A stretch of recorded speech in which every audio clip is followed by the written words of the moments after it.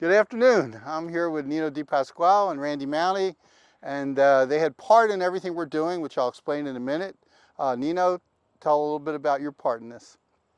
Well, a long time ago, Mike and I decided, along with a lot of other people, that it was a good idea to put some memorials, some monuments here at Freedom Park, which is really the central spot in Medford to honor the people that we're talking about. So that's what we did. Nino is a Vietnam veteran, and I have here a guy I knew since I was a kid, Randy Mounty. And Randy was more of a military consultant about this, so tell me how you're feeling about all this, Randy. It was an honor for me for Mike to ask me. We grew up in Pensacola, and we had quite a few people make the ultimate sacrifice for the Vietnam War, and to dedicate this to all the service members. I was appreciative to Mike for getting the opportunity. And both these guys, we worked hard together. Master Sergeant Mounty was invaluable with his knowledge, and Nino was basically one of the visionaries that would be up with this project. I'd like now to take a look at this. This was done prior to our monuments. This is the Vietnam Veterans Wall. It's a traveling wall. It was put in here by Medford Township. So one time Nino and I were down in the hospital down in Washington. We were visiting with Walter Reed, and we came across the woman whose son's name was on here.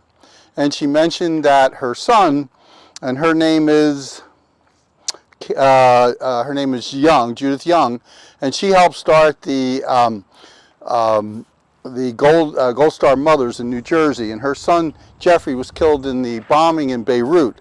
So basically, Nino and I decided to put together names of guys in the service that were killed outside of the Vietnam era, and we put them on this wall.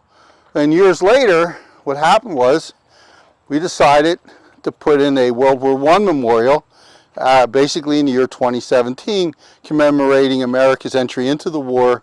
And we did this. We gathered the funds from donations and put this all together.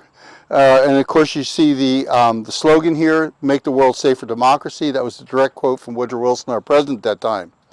Then a few years down the line, a couple years later, we decided to max it out with both of these monuments. One to Korean War, which was in 1950, and the other one with World War II. So that completed this little aisle here, and then you can see the names of people who dedicated, fought in memory of, in recognition of. My own brother's name is on here, and this was all put in as a fundraiser.